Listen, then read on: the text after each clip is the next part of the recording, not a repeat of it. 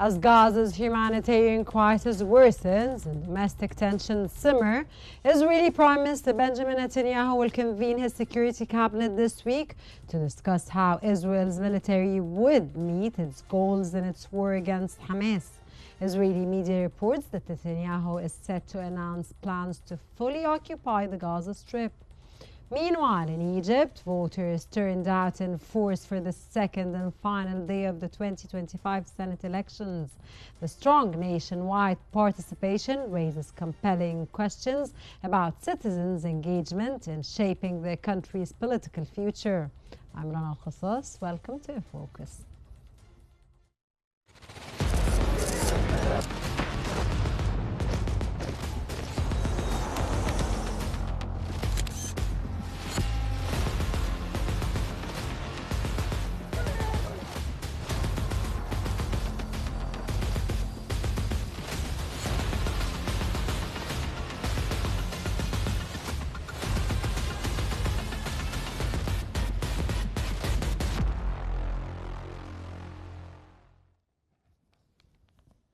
Negotiations for a ceasefire in Gaza appear to have stalled or possibly reached a critical deadlock as Israeli Prime Minister Benjamin Netanyahu signaled plans to escalate military operations with the goal of fully occupying the Gaza Strip. According to the Washington Post, Netanyahu said he would convene his security cabinet this week to instruct the Israeli military to pursue three key objectives: defeating Hamas, securing the release of the remaining detainees, and ensuring that Gaza can no longer pose a threat to Israel. The White House declined to comment on Israel's plans or to elaborate on remarks made Saturday by Steve Witkoff, President Donald Trump's special envoy involved in the negotiations. Witkoff reportedly told families of detainees in Tel Aviv that his proposal for a temporary ceasefire, along with the return of roughly half of the 20 Israeli detainees believed to be alive in Gaza, doesn't work. While hardline members of Netanyahu's coalition have long pushed for a full takeover of Gaza, senior Israeli security forces and officials have repeatedly asserted that the military has already accomplished its main objectives: dismantling Hamas's governing capabilities and neutralizing its ability to wage attacks, according to Israeli media reports.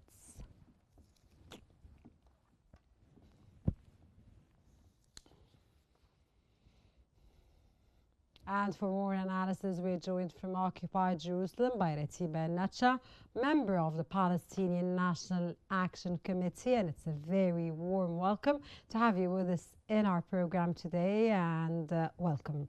Israeli Prime Minister Benjamin Netanyahu reportedly told ministers this week that he will seek cabinet backing for a plan to fully occupy the Gaza Strip, despite objections from within the Israeli military. How sustainable is Netanyahu's insistence on achieving the release of detainees through military victory, especially in light of growing dissent within both the army and public?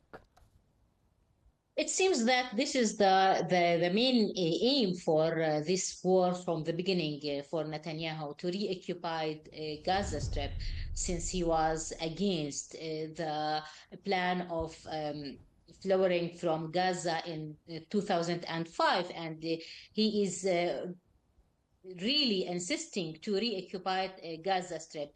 So everyone in the Israeli committee and the Israeli government know exactly that the hostages is not in his top priority, as well as it's not about Hamas, and it's not about anything else unless occupying the Gaza Strip. And this means that Netanyahu will pay any kind of a price for this goal to be achieved, and he can't reach his global victory that he was searching this victory unless he occupied Gaza. And this is why every time they are very near to achieve any kind of agreement or ceasefire, the one who destroyed the process totally is Benjamin Netanyahu. He tried to change all the people in the military and the security in Israel to achieve his goal. But even though Ilya Zamir, he's one of the people who really very close to Benjamin Netanyahu and his thoughts and ideological thinking, still he can't achieve this goal by occupying Okay, Gaza Strip because Ms. Natcha, as you just mentioned that there is a member in his cabinet that does not want to achieve this goal. Israeli media has reported that the divide, which you just mentioned, has emerged within the Security Council, or a cabinet, sorry, not council, over the potential, the Israeli cabinet to be more specific, over the potential occupation of Gaza. How might this affect Israel's ability to execute a coherent strategy on the ground at this point? I think that we will face more and more gap between the military side and the political side in Israel, because the government in the member of the government in the cabinet Sorry, insists to again, I did occupy not listen to Gaza. you well. Again, we're going to achieve what between the military and the Yes, the governor? gap. Yes, I was saying that the gap between the The military gap. and the government, yes, the gap between the military and the government is becoming more and more larger than it was in the beginning of this war. And that's because the army is very exhausted now, and they can't continue in this unlimited war on Gaza Strip, and they can't even find any real goals to achieve or to be achieved as a military actions in Gaza Strip. In other sides, the government and the political side in Israel, they have goals that they have no meaning or plan. How can they achieve it in a military action? Because they want ideological plan, and this ideological plan has no legs to walk on it on earth as a military action in real. So they didn't account any kind of disadvantages for this war. They didn't account any losing of souls in the Israeli army. They didn't count the fullness in putting the religious Jewish inside the army, and all of these things all together is obstacles facing the army to achieve the political side goals. And this Okay, means that mentioning the army at this point, Ms. Natcha, Chief of Staff Eyal Zamir has warned that the Israeli army is exhausted and suffering from deep fatigue. Despite this, the Israeli government continues to push for the occupation and resettlement of Gaza. Do you think Zamir will comply with Netanyahu's orders if he decides on full conquest of Gaza, or will he face the same fate as former military chief of staff Hirazi Halevi? neither Zamir nor anyone else can achieve what Netanyahu want in Gaza Strip. The abilities, the capacity, everything in reality, and everyone who knows in military issues know that the Israeli military and army can't achieve this goal. It's a goal that is just a dream, and it's not a reality that can be achieved in Gaza Strip. But Sharon didn't. Netanyahu believes it's a reality, it's not a dream. I don't know. Maybe he believes in miracles. Netanyahu, it seems that he believes in miracles, he believes in fairy tales, and he believes in ideological thinking. And this ideological thoughts think that God can give him, as a prophet, a miracle to make his stronger and destroy Gaza and destroy 2 million people without anyone move or make a move against him, because he has the will of the God. So he is now trying to achieve a military goals by depending on faith, not depending on the army and the capacity of the army, that it's really, as you said, exhausted, completely exhausted, and can't continue a day more than this. So yes, he is talking about goals that can't be achieved in reality without a miracle. And maybe this miracle is something that he is depending on, but it's not the Israeli army. Maybe he is depending on other calculation that we don't know.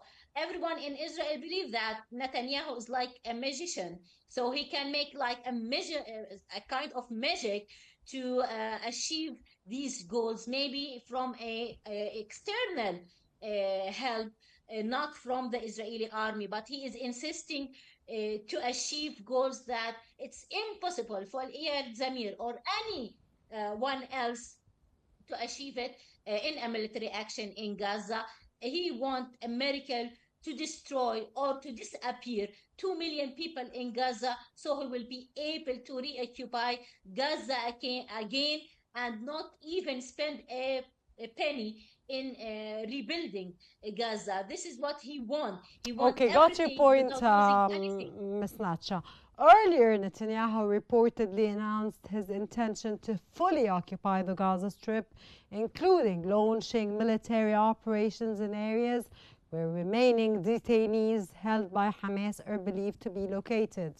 To what extent does Netanyahu truly believe this plan will lead to the release of the remaining detainees, rather than endangering their lives or hardening Hamas's stance? Netanyahu doesn't care and didn't care, and he will not care about the Israeli prisoners in Gaza Strip. He's from the day one put in his mind that they will return. Yes, he will return them, but not alive.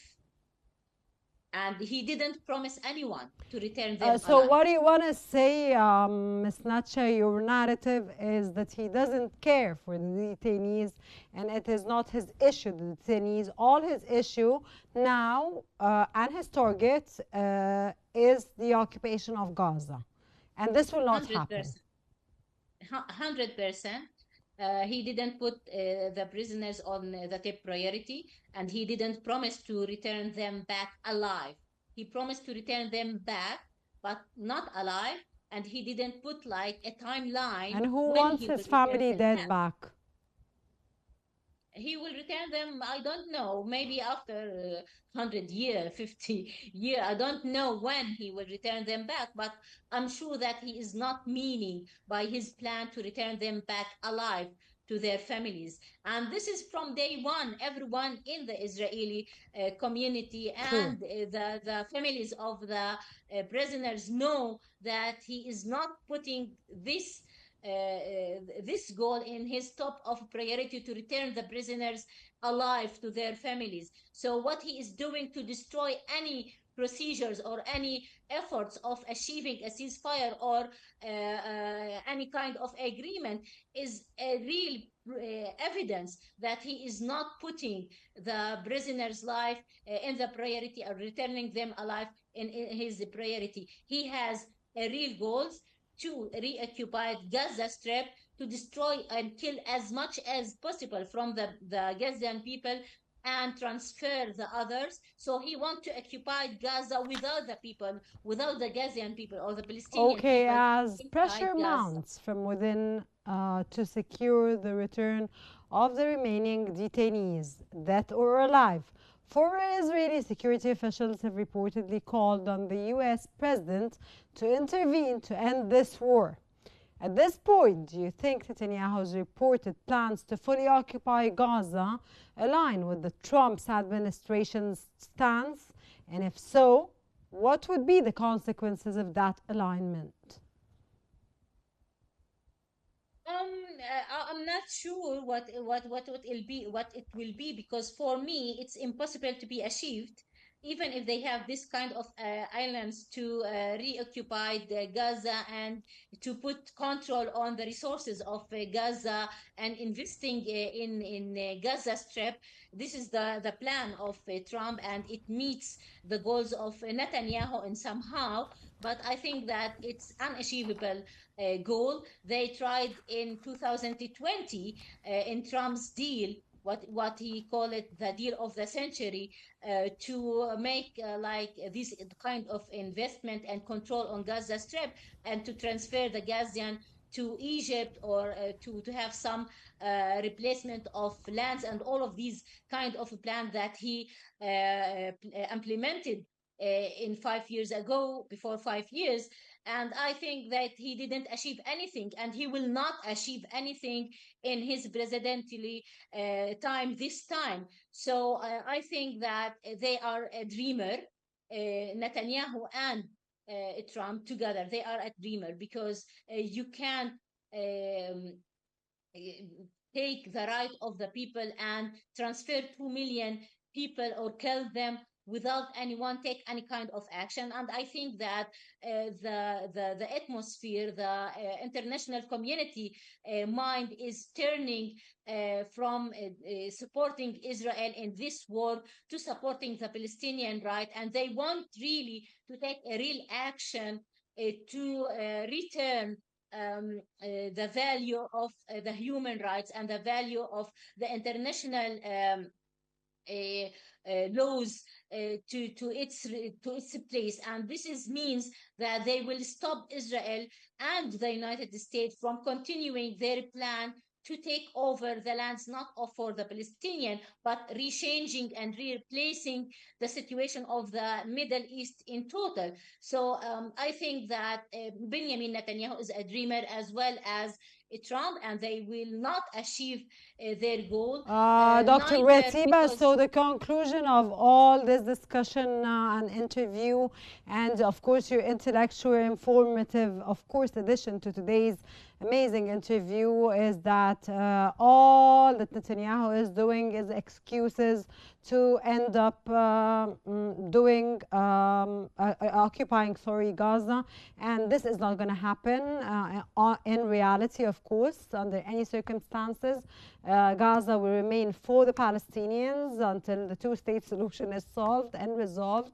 And that was Ratiba Natsha, member of the Palestinian National Action Committee. Thank you very much for your valuable insights. Thank you very much for your intellectual and decent informative knowledge. Let's now shift our attention to Egypt, where the 2025 Senate elections have reached their final day. From a pool of 428 candidates, Egyptians had the opportunity to choose their representatives for the upcoming Senate session. A large number of voters turned out early today at polling stations in New Cairo to cast their ballots on the second day and final day of Egypt's 2025 Senate elections. According to Egypt Today, voter turnout remained strong, with the process unfolding in an orderly manner under strict organizational procedures. Polling stations were equipped with informational signage and due to guide citizens through the correct voting steps for both the individual and the party list system. The elections, held over 2 days, August the 4th and 5th, are supervised by 9,500 judges from the state's Lawsuits Authority and the Administrative Prosecution Authority to ensure transparency and smooth operations. A total of 428 candidates are competing for 100 seats under the individual system. Meanwhile, a single list, the national list for Egypt, is running unopposed in all 4 constituencies designated for the party list system, with 100 candidates contesting 100 seats.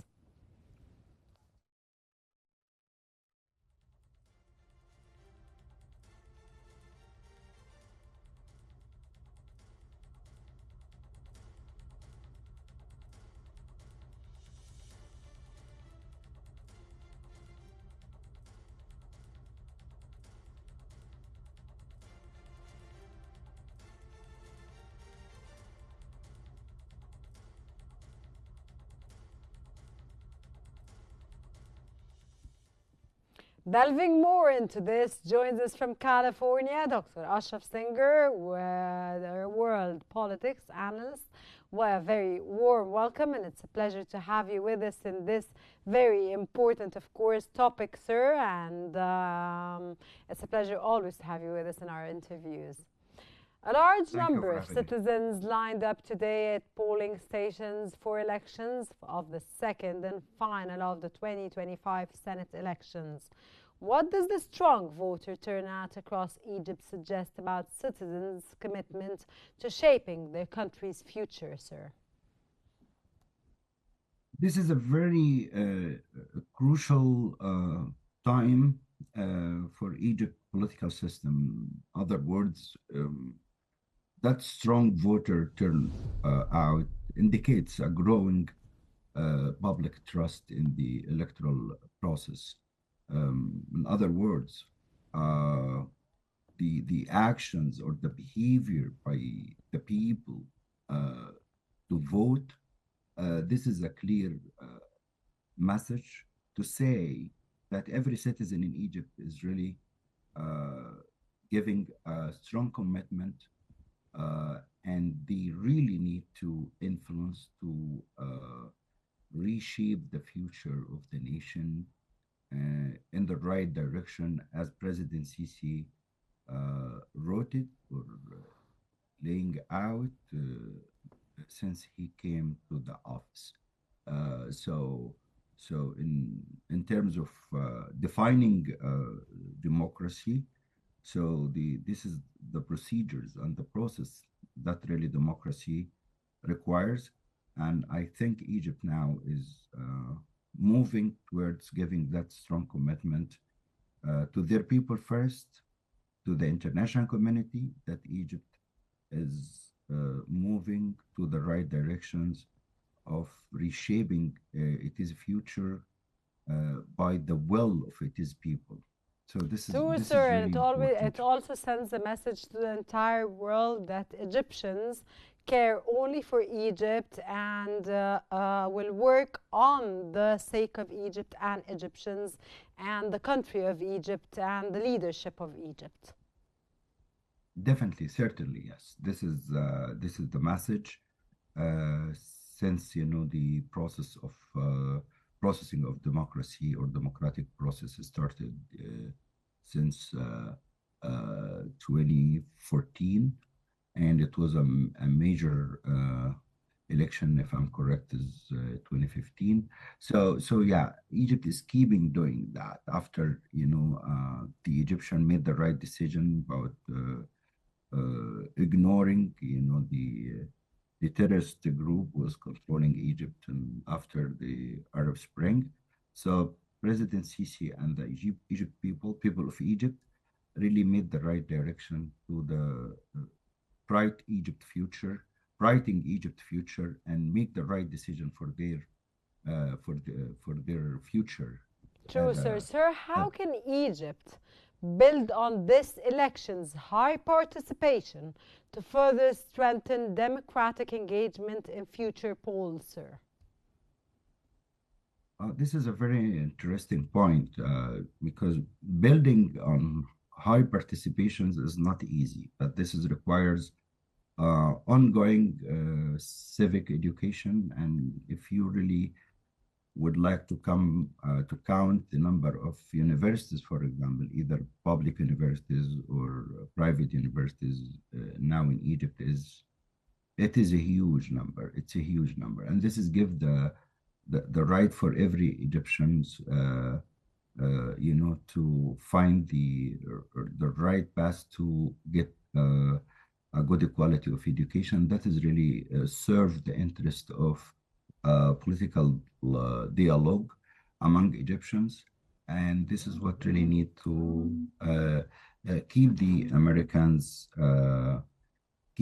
Egyptians, in the right direction to choose what is the right candidate and how they can really express their demands, and how to ask the public servant how they can really serve their needs or respond to their needs, And this is what really good about that dialogue. And of course, building on high participation really requires a degree of transparency to maintain public interest and confidence in their elections. And it seems to me, after the number of elections occurred already in Egypt, that either the authority or the public servants or the people, they found this is the only way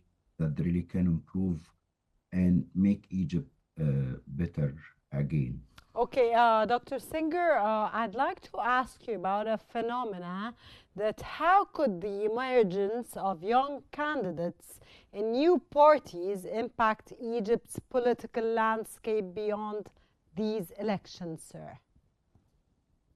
Yeah, the young candidates, they are the energy of any party. If you remember clearly here in the United States, when Barack Obama came to the power, he came to that power by the word change, and was mainly based on the will of the young people and young voters or young candidates in any political process. What I'm seeing in Egypt now, it's really clear that either young candidates and the new party, they are making the future clearly for what their perspective, what their challenges, how they really to promote the innovations and making the political process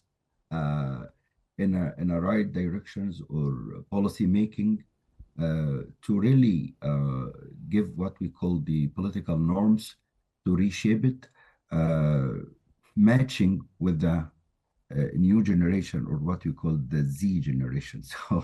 So this is not Gen only in Z, Egypt so or in you mean. United Gen Z, yeah, Gen Z, Generation Z. So this is a really a great point where the political system can really react and respond for their needs, and this is why I'm expecting also the Congress elections is coming in Egypt too. Yeah, they're very soon, sir. I'm expecting, like the voters, strong voter participating in this election. Of course, yes. Okay, sir, as an Egyptian that's always abroad and of course you're everywhere, I like to know your opinion. How might the votes of Egyptian abroad influence the Senate's priorities given their unique perspectives? So Egyptians, either in Europe, in the United States, and all over the world, actually, they have that kind of responsibility about their home land. Basically, they are focusing on what is going on in economic reform, or what is the dual nationality right, and basically they need really to keep their eyes on their home land. They feel Egypt is moving to the right direction with President Sisi, and in the way that they give. I met them here frequently. They have a very good feeling about Egypt and about the policy made by President Sisi in terms of making Egypt very stable, and Egypt now is playing a major role in the Middle East in war and peace. But keep in your mind that they feel, they are really watching every moment and every step in Egypt, and they are really feel happy, and by their participating in any elections, so they were willing to go to the consulate office and or the embassy, Egypt embassy in United States or in Europe, to give their vote and saying, I am Egyptian citizen, even though I live here abroad or I have another citizenship. Dr. Ashraf Singer, world politics analyst. Of course, sir, with your final words, Egyptian nationality and pride in alignment with President Fattah al-Sisi will always make Egypt where Egypt stands and will always stand as the cradle of civilization. Thank you very much for your, of course, intellectual and informative knowledge, and thank you very much for your insights. Thank you very much for always participating with us with your amazing knowledge. That brings us to the end of today's episode of In Focus. Hope you've enjoyed being with us. Thank you very much for watching. See you next time.